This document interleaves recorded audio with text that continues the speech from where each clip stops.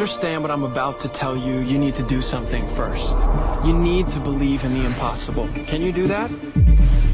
What do you desire that you can't have? When I eat a brain, I get visions. Don't ever come back to Gotham. You have failed this city. Jesus, what kind of a preacher are you? There's about a dozen ways that I could stop you right now. But I don't think I have to. Because where I'm from, your grandson becomes the greatest hero in the universe. Now you should at least give a brother a moment to say something heroically clever. In the future, my friends may not be heroes, but if we succeed, they will be remembered as legends. Welcome to the DC TV report for the week ending Saturday, January 5th, 2019. I'm Edward O'Hare, nickname to be determined. And I'm Sarah Netzley, academic by day, freelance writer by night. We're here to bring you recaps, news, and commentary for all live-action television shows based on DC Comics. And this week, we have one episode. It's a premiere, season premiere, and we have a retro pick. Yay! Yay! So, Ed, Happy New Year! Happy New Year. How are you doing, Sarah? Are you enjoying the new year? You excited? I have been sick since. Oh my god! I didn't even mean to do that. I've been sick since New Year's Eve. I canceled New Year's Eve plans. I've been taking NyQuil and going to bed at 9 o'clock every night. That is unlike me. So far, I'm happy to be alive in 2019. I wish I felt a little better. The bigger question though is, Ed, were you there when Star Labs exploded in New York? So you're talking about that big glowing green stuff in the sky that was happening? That made the huge cloud and clearly created a whole bunch of metas. What is your power? What power did you gain? Well, evidently that was happening near Astoria, Queens. I live in Staten Island, which is a ways away. New York City's a big place. Wait, what? So I did not see that myself, but I did see Hollywood has taught me that you can just scamper all over New York in your like super high heels, wacky hijinks after the man you love. I maybe watch too many rom-coms. Huh. Mm-hmm. So wait, you didn't hop in a car and drive there to get the meta powers? Come on. No, I did not. I'm not going through that much New York traffic. Not even for flight or invisible. You probably end up with something lame like, I have the ability to move things 3 inches to the left. Yeah. I am to the left, man. I don't know. Yeah. Also, those movies will tell you Staten Island does not exist. The Staten Island ferry exists, but rarely does anyone ever go to Staten Island. Except like except like Working Girl, which is oddly factual. Do you feel like you need to mount a PR campaign in defense of Staten Island? I don't know. No. There's nothing to defend. The people here know because we all want to grow up one day and make enough money to move to Jersey. You know, that's the dream. Wait, the dream is to move to Jersey? Yes. I don't know why. It just is. Huh. It's just go west, right. Go west, young man. And by west we mean west of the turnpike. Yeah.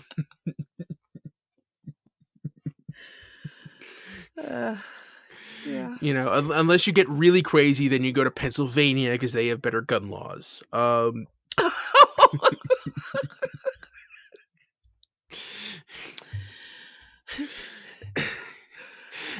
Or you want to explore an Amish lifestyle. Maybe. And that's Ed's bit for today. That's Ed's shtick. That's my chunk on Staten Island. That's your tight 3 on Staten Island. Yeah. All right, join us next week. I'll do a few riffs on suburbs of Chicago. So stay tuned for that. Sarah, I hope you're feeling better. It sounds like you got the bug I had the weekend before Christmas. I don't know how that happened since we live so far apart. But I assume we can blame air travel. Mm. Like We all saw the movie Outbreak, right? Somebody coughed on somebody else and got on a plane, and Yes. a week later, I'm on the couch wishing for the sweet release of death. Oh. But I am on the upswing. I should be 100% by the next time we record. And really, I'm a lot better today. So I just sound like a lifelong smoker. So let's do this, Ed. Okay. A couple of quick things I just wanted to promote. I almost had an appearance on the Super Live Adventure podcast. Their last episode, which I believe is titled "What Would Indiana Jones Do?" I watched a movie with them, and then I got very, very sick and had to leave, so I did not record. But they talk about me on there, and I want to let Chris and John know that I'm okay now. And also, I did a top 10 list for my top 10 movies of the 82 I saw this year. In 2018. That's up on wickedtheory.com if anyone wants to read it. And if you want to hear me chat about it, if you're a Patreon subscriber to Wicked Theory, I had a nice little chat about that with Bill, where we also, talked about how we both needed to send you our Christmas presents.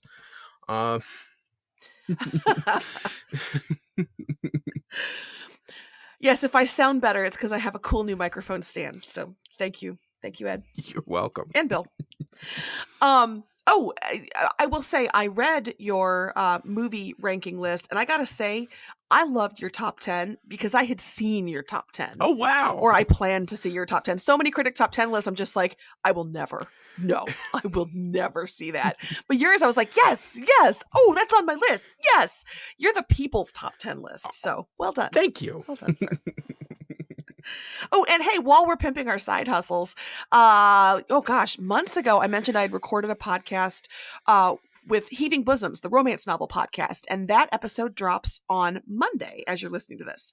So January 7th, my episode with Mel on Christina Lauren's Beautiful Player drops. So for the Venn diagram of our listeners who are DC TV people and romance novel people, pick up Beautiful Player by Christina Lauren, give it a read, or just tune in and listen. It's fun either way. That'll be live on Monday. So check me out there. And of course, I'll be tweeting and Facebooking it and all that. So check me out. Awesome. I'll be hitting that. Heaving Bosoms. That's Heaving Bosoms, a romance novel podcast. It's so much fun. It's such a great show. Prepare to blush. We use more language on that show than we do on this show. Okay. All right. And now, was this a Fabio novel, or was this a Blair Underwood novel? Aren't those like the two guys? Jacqueline Collins. Actually, Christina Lauren is a team of besties who write together. One is named Christina, one is named Lauren. Together, that is their pen name. So it's kind of a cool story about friendship that came together to do a line of very, very, very good romance novels. So, okay, yeah. Cool. All right. Well, there you go. There we go. All right. I think you ready to dive into this week's episode? Yeah, let's do some actual DC TV. All right. So our first and only recap of a new episode for this week is Gotham Season 5 premiere, Year 0. On day 87 of No Man's Land, Jim was running out of options to keep the hundreds of refugees at the GCPD fed and safe from the warring factions that had divided up the rest of the city. Bruce juggled helping Gordon with worrying about Selina's spinal surgery. Babs and Tabitha argued over whether to trade with Oswald, who had run his people ragged making ammunition. The Riddler was waking up in random places trying to figure out what Ed was doing with his body while he was blacked out. Last minute reveal, a small boy from the other side of town stumbled into the precinct asking for help, and Gordon told everyone to suit up. All right, Gotham. Shooting down helicopters is why you can't have nice things. If you keep shooting down the helicopters, they're not going to send more helicopters. I mean, wasn't that The second you saw that you saw that thing, you saw the chopper fly in, you're like, oh, that's going down. Oh, that's not going to end well. yeah. I mean, they would have been better off just like dropping it like airmail on top of the roof and then going back. Like, I don't know why they thought they could land that thing. Let's be real. Maybe they thought that all the big weapons had already been discharged. I mean, maybe they thought enough time had passed that the Yahoos had like fired them into the sky. I don't know. Maybe. I'm just trying to put myself in the mind of the helicopter pilots. May they rest. Yeah. Now let's talk about the opening for this premiere, which actually starts on day 391, which saw Riddler and Penguin and Harvey and Jim all gather up with the remaining Gotham cops and shooting down into a field of bad guys trying to save the city. It was intense. And what did you think of it? I was pleasantly surprised when Riddler and Penguin stood up next to Jim Gordon and the rest of them. You know, I liked that working, put aside our differences to work together toward a larger enemy. That was very cool. That was also the most attractive version of Jim Gordon this show has ever given us. Determined suiting up Jim Gordon. I don't know, man. That worked for me, which is not what you were asking me about, but there it was. But no, I thought that was a cool way to kick off the season, because that's not where those fellas are right now when we join them in day 87. So that gives me something to look forward to. Yeah. Who are they fighting against? What does that mean? Those looked like some military. I mean, it almost for a second looked like an actual military or police force that they were fighting against, because you saw actual tanks and things. So I am curious who the bad guys are. Yeah. And, like you said, everyone has a long way to go to get to that point. The person who I think has to travel the most is Ed or the Riddler, whichever one is in control. He was real disheveled this week. Okay, here's the question. Whose hair was worse this week? Babs or Ed? They were both bad. Ooh. It was, oh yeah. I don't know why, but the shortcut never really works for me. No, I don't like this look on Babs at all. Mm-hmm. See, a lot of times I think you're a woman, so you may be able to figure this out, to explain this to me. But a lot of times I see women will go with the shorter cut, thinking that it looks cool, and for some reason, to me, it just makes them look like a little boy, which creeps me out. I mean, I guess the important thing is if it makes them feel good, if they like it, if they enjoy the maintenance, that's what they're doing it for. But I personally don't think it's a great look. I've liked her other coiffs better. Is my take on that. So. That said, despite that, I would definitely want to be in Siren Turf. Yes. And this turf divvying we've seen go down. Scarecrow Town gets a big hell no from me. No. Absolutely not. Yeah, and you kind of wonder, where is Siren getting the food from? And I assume men. I assume it's Long Pig, and she's just chopping up and serving men. That to me feels like they just happily jumped into cannibalism. Okay. What, too dark? Yeah. But yeah, and also like Oswald has that bullet factory going, and you kind of wonder what they're getting the raw materials, and like if they're misfiring that much, is it really worth starving all those people for it? Yeah. It does make you wonder if they're doing actual chemistry to make gunpowder down there. It also felt a little bit like Mad Max Fury Road there. We've got Bullet Farm, we've got Gas Town, we've got the Citadel, it's... Yeah. Yeah, definitely. And is Selena gonna walk again? Is that Well, I mean, yes, obviously, but I think Selena and Bruce are just going to break my heart all season long. They're setting this up to every time they interact for me to just be like, oh, no, you two kids, no. Yeah. And that nurse, I mean, I can appreciate her commitment where everything is going on, and she's still dressing up in that old fashioned 50s, like half sister, half nun, half nurse uniform. But and she's taking a lot of care with her makeup to make sure it's as like theatrical as possible within the confines of professionalism, and I use that really loosely. Yeah, committed is the right word. Yeah. For the record, on IMDb, she is listed as spooky nurse, which fair. But I mean, damn. That, and you know, if you think that she needs the witch so much, why don't you just bring the witch here? Huh? Yeah, maybe get the witch on the phone, ring her up. Hey, Madam Witch, Dr. Witch, I don't know what her professional credentials are. Could you I have a patient. Could you quit just whispering at people, you need the witch? Yeah, and let's be fair, the only reason that nurse still has a job is because it's no man's land. And we can't just replace her right now. All Bruce has to go is, hey, go to the doctor and go, hey, your nurse keeps telling me I need to talk to a witch. And they're like, oh, okay, she's fired. But in no man's land, they're like, oh, she has alternative forms of healing. All right, she's promoted.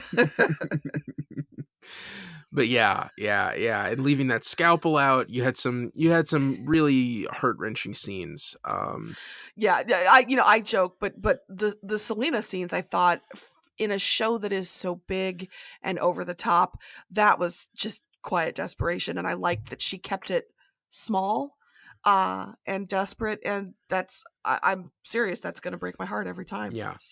And speaking of desperate, I think Jim Gordon, oh man, Jim Gordon is out of his element, or actually like really in his element, but the places that he has to go to in this episode to protect everybody, and you know, the odds against him right now are so heavy, and to me this really was a Jim Gordon episode. Oh yeah, you see the weight of that responsibility settle on him, and it's a wonder that dude is still standing. Frankly. Yeah. I also wonder the people who stormed away in disgust midway through the episode, is that the beginning of Mutant Leader and his followers, do you think? It might be.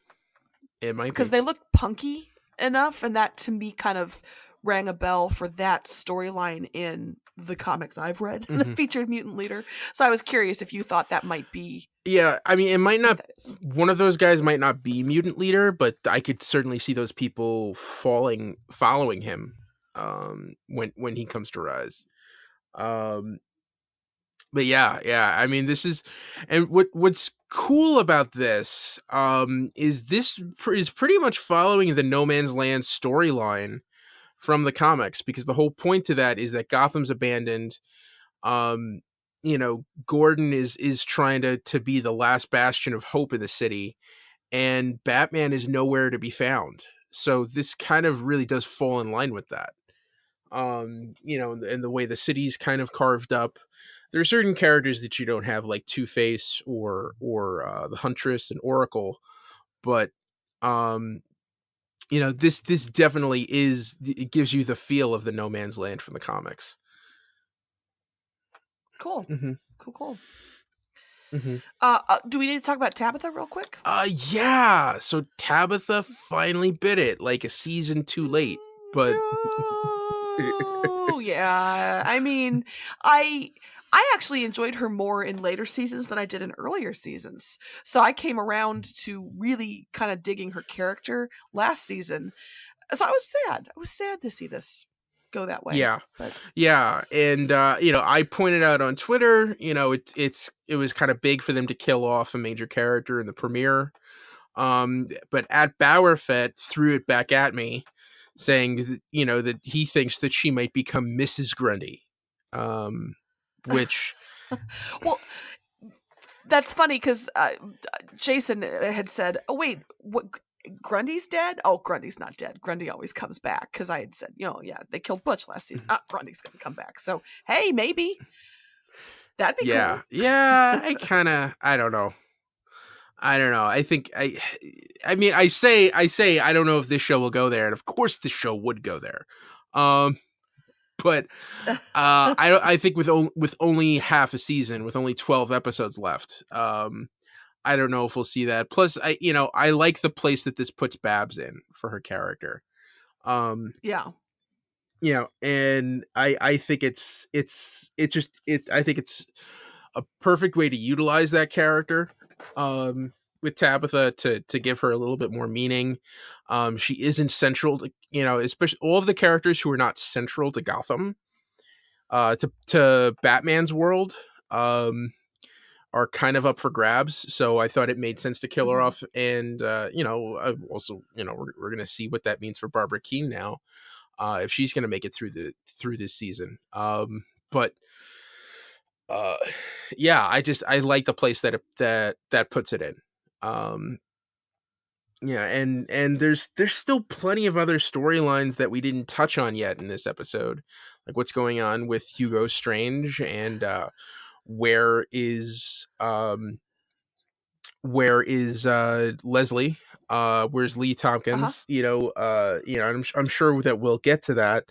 But still, the storylines in this with Jim and Oswald and Tabitha and Babs, I thought were strong enough that you didn't notice. I find that was a theme with Gotham. They would usually leave one major storyline out of every episode, but you never really noticed it because the rest of it was so good. Yeah. Yep. I will say David Mazouz looked like he aged about 5 years between seasons. Did he look older to you? He looked a little bit. Premiere? He looked a little bit more mature. You could tell he was standing taller, and he'd kind of grown into that role, and he realizes I got to carry this if I'm going to be Batman by the end. And it was nice to see him prowling. Especially in that scene at the crash site. You could definitely see that he's going in there. And when Scarecrow's goons attacked and were stealing the supplies, and you got to see Bruce use those night vision goggles and take on those goons. I thought that was great. Gadgets. Yes. So that was Gotham. Any I am glad it's back. Welcome back, yes, Gotham. Welcome back, Gotham. Not Cotter, Gotham. There's a difference. All right. Was there anything more that you want to talk about the episode? You want to jump into news? Let's jump into news. So, executive producer John Stevens did a sort of pre-premiere interview with The Hollywood Reporter and said that the ending that they have for this season and the show is basically the same one that they had planned 5 years ago when it all began. They've tweaked it a little bit, but it's essentially the same ending. I sort of love that. I love it when shows have a vision and they stick to that. It can go kind of, I think, How I Met Your Mother did that. They stuck with their original ending, and that hurt the show really badly, I think, because it had evolved over the course of all those seasons. But with this, when you have such strong canonical stories and things, I'm excited to see, how it all is going to play out. Stevens also said that the final season is emotional. It puts Jim Gordon through the ringer. I am here for all of it. Awesome. That was me saying that, not John Stevens saying that. I am here for all of it. And go ahead. No, I was just saying, looking forward to seeing what that ending is. Yes, me too. I hope it's just Batman. I mean, let's see. The other little bit of news is funny.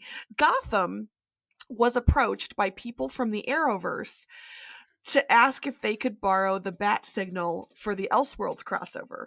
And Gotham said no.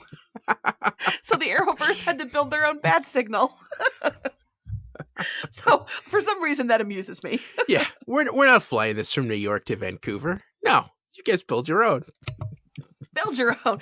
And I wondered if that was because of network, that Fox doesn't work with the CW or what. But nah, keep on walking. You can't have our bad signal. We will destroy this before we'll let you have it. Yeah, no, it's all. I mean, it's all Warner Brothers. My guess is it was power tripping, or it might have just logistics and scheduling. It's always that kind of thing. Yeah. It's like, all right. Can Henry Cavill shave his mustache? Paramount goes, no. Why have you reminded me of this? Sorry. All right. And the thing is, was the mustache that necessary in the other? Never mind. All right. Other news? Do you want to do other news? Yes. All right. Let's do news from other shows. Okay. So we got some news for The Flash. Starting off with something kind of funny. Torrent Freak released a list of their most torrented shows of 2018, and The Flash was number 2. Which I thought was sort of interesting. There's other DC shows on there as well. Titans was number 5, Arrow was number 6, and Legends of Tomorrow was number 9 on the most torrented shows of 2018. So they make up like a good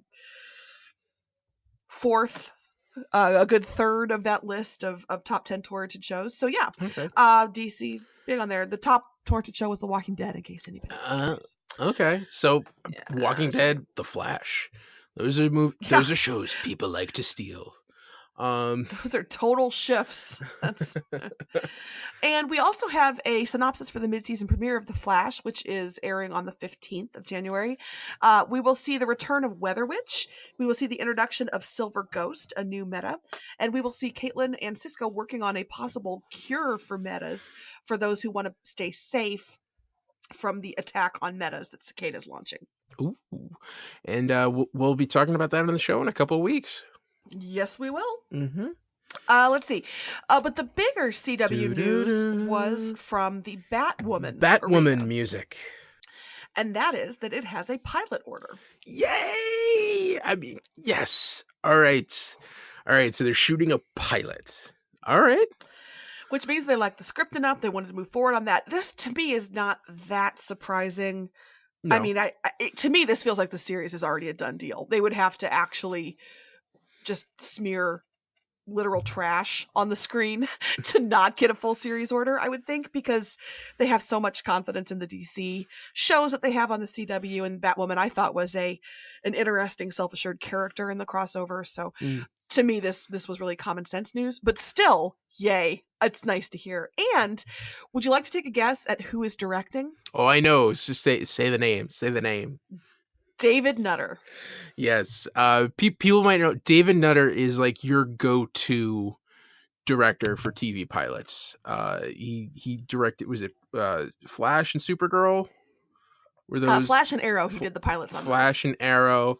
He did the pilot for Entourage, which sort of was had Aquaman elements. But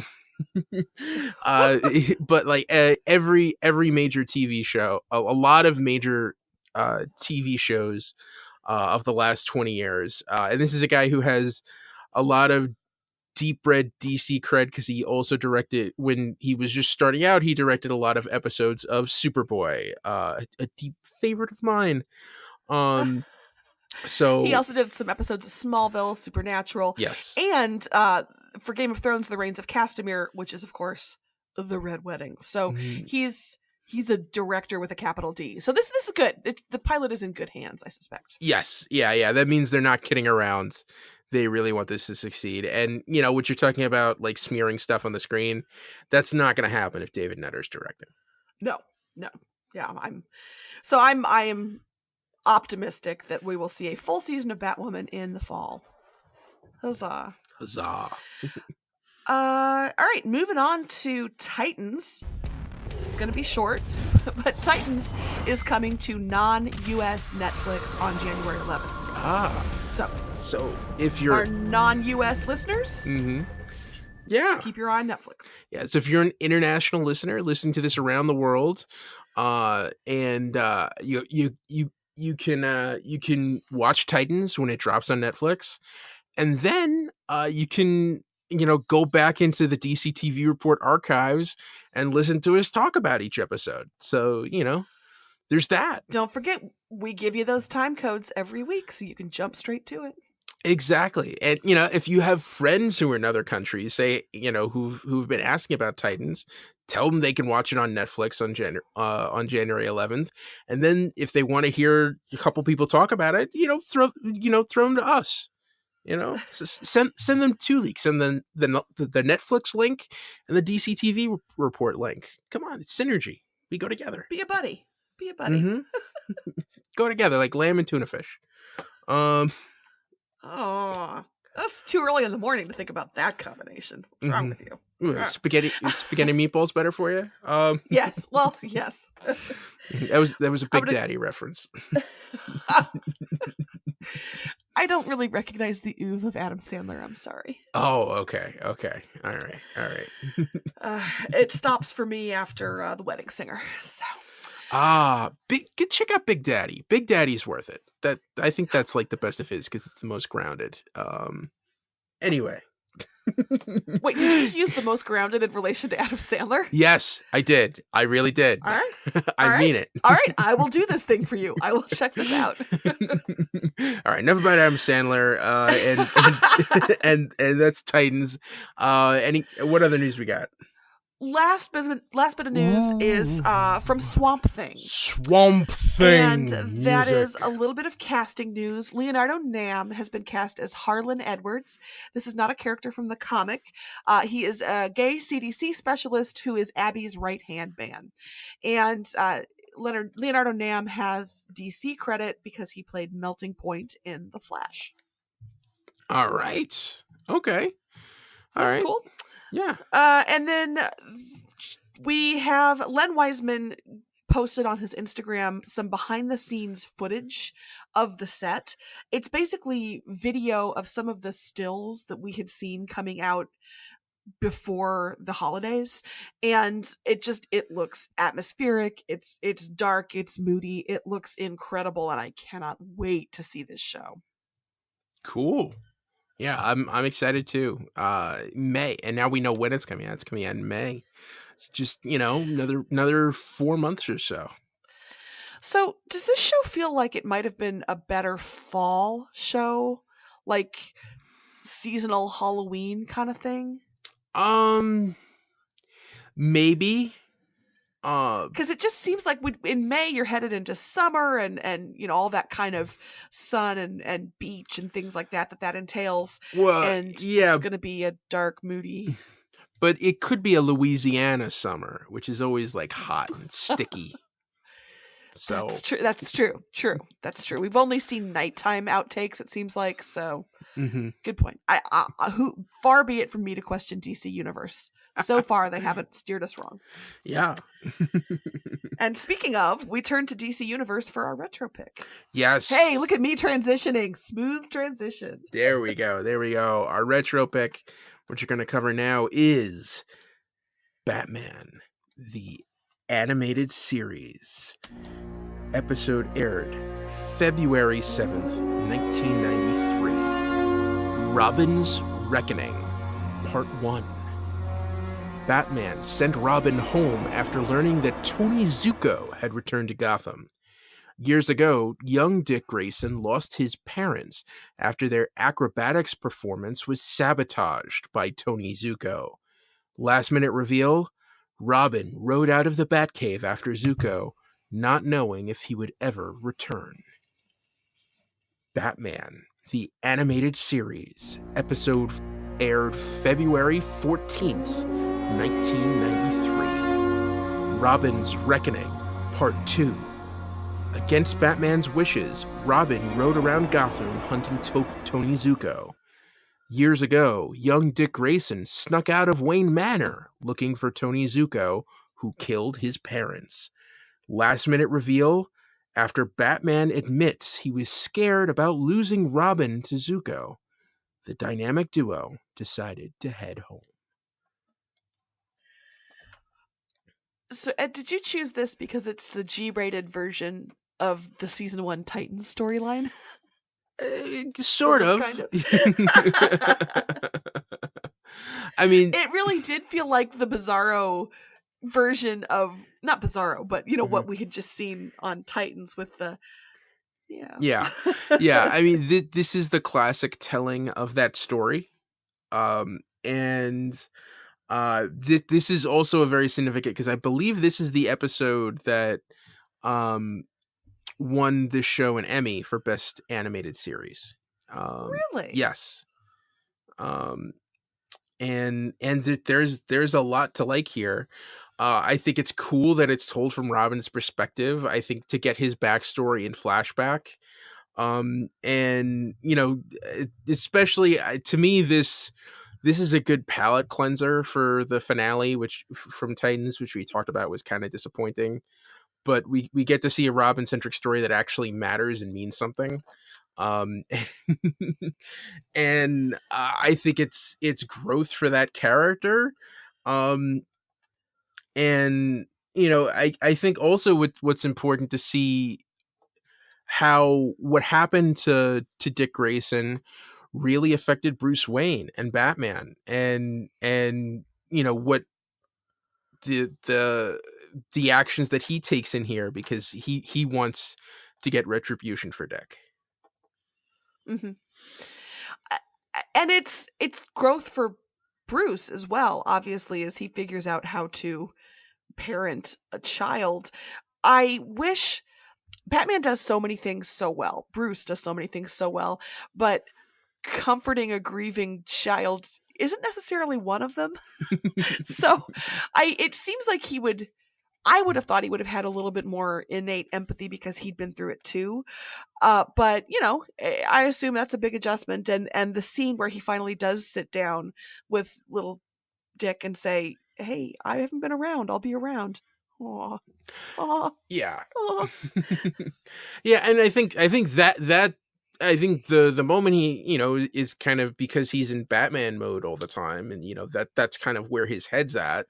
He's trying to catch the bad guy, and he thinks that's going to be enough for Dick, because it's what he always wanted when he was a kid, because it's what Bruce always wanted when he was a kid. And then Alfred has that moment where it's like, yeah, but Dick doesn't need Batman right now. Dick needs Bruce Wayne. Yeah. Yeah. Thank goodness for Alfred. Yes. Thank goodness. I think that, I mean, as always, that's just eternal mood.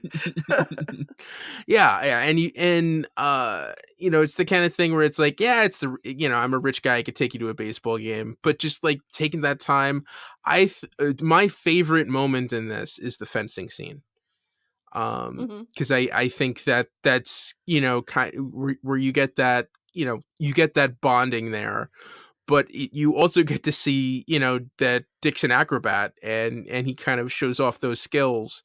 And, when he tells him it's a finesse game, not, it's about finesse, not strength. And Dick realizes like, that actually works better for me. And I, I thought that was a cool way to show off his abilities. Absolutely. I liked the evolution of that relationship, and we see a little bit of how that shaped. I found it a lot less upsetting than the Titans young Dick storyline, where he just was twisted into something a little upsetting. And this was a much more wholesome version of that, obviously. Speaking of twisting, oh my gosh, Batman twisting his knee really bothered me. I don't like seeing Batman limp. No. Oh, I can't believe you didn't have some sort of bat knee brace that would protect him from that. Oh, you mean Come like on. Dark Knight Rises, where he just kind of like wraps that thing around his knee and he could just walk fine? Well, yeah, exactly. He's always got some kind of trick. Yeah. Well, he's in the field. It's on the fly. Yeah, but Tony. Now the moment here that always gets me. Yeah, and I wish more shows still did this. Where every episode of Batman the Animated Series, you have a separate logo for the episode, where it's just like a title card and you see the title, and the Robin's Reckoning one is just the tower where the acrobats stand in, and it's empty, and you see the line kind of going across, and just that one image and knowing what's going to happen in the episode. Oh, it always kills me every time. It's so sad with that music and everything. Yeah.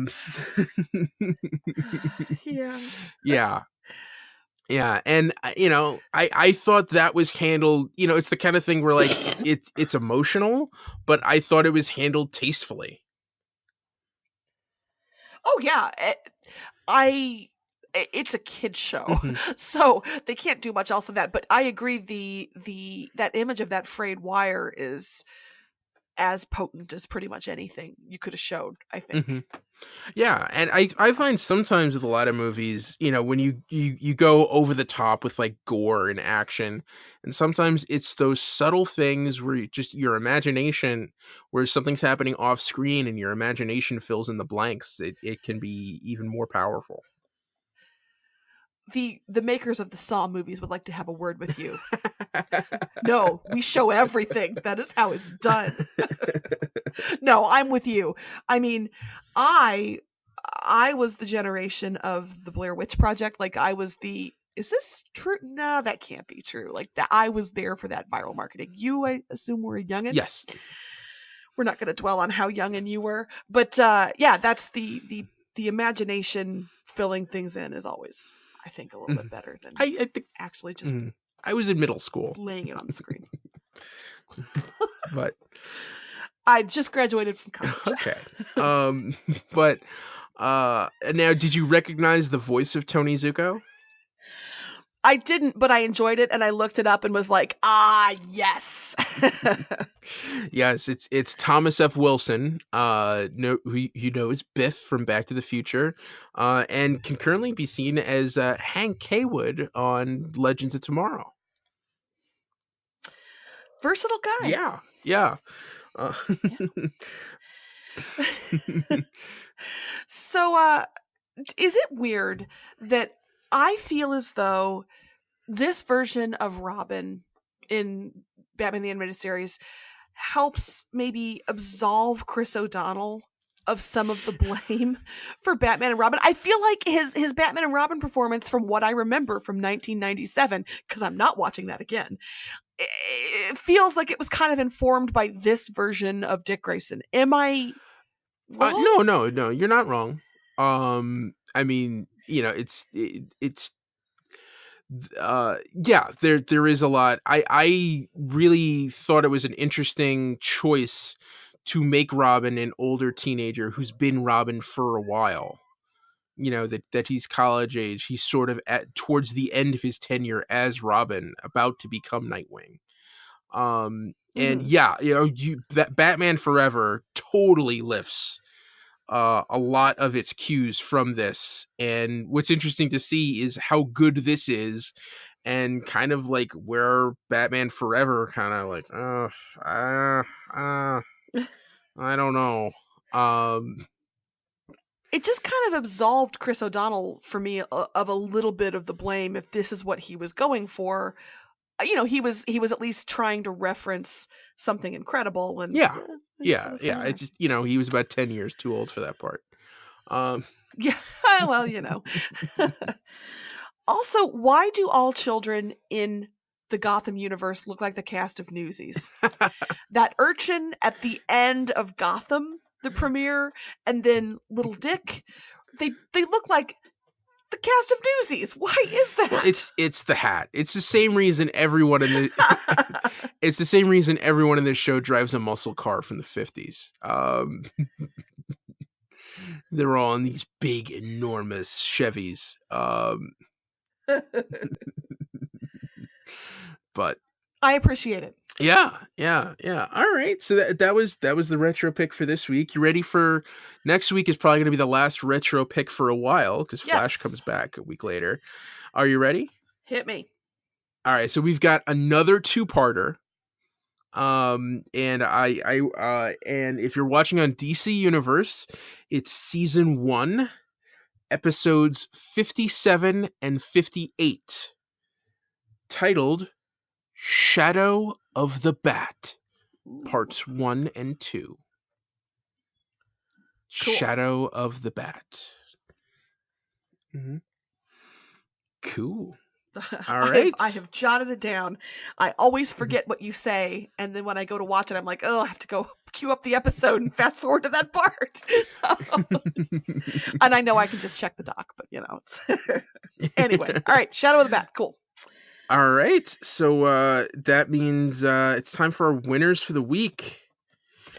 Would you like me to go first?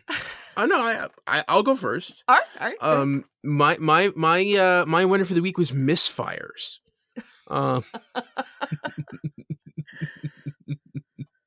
I guess well, those are the only bullets we have. But somehow conveniently they only didn't work for like Babs and for Tabitha and for Oswald. And those bullets didn't misfire for Jim when he shot Oswald in the leg, and like, oh man, that's painful. He's gonna be limping a while from that one. I think he is gonna be limping a while. Well, and this is always hard when you only have one episode, but I have guilt trips. Okay. You've got Selena, telling Bruce, everything I did and what actually got me hurt was being your friend. You've got the whole guilt trip thing going on between Tabby and Penguin. Jim Gordon is just one walking guilt trip about like everything. Even with our retro pick, you've got baby Dick Grayson saying, I could have done something. I could have stopped him. Guilt trips were everywhere. Absolve yourselves, children. Let it go. Yeah, there you go. Guilt trips, misfires, and guilt trips. Well, episode title. All right, and that's gonna be the DC TV report for this week. You can find us this week. Yeah, we were. There's only one episode. All right, so you can find us on Twitter. I'm at Edward O'Hare TBD. I'm at Sarah Netzley, SARANETZLEY. And follow the show on Twitter at DCTV Report.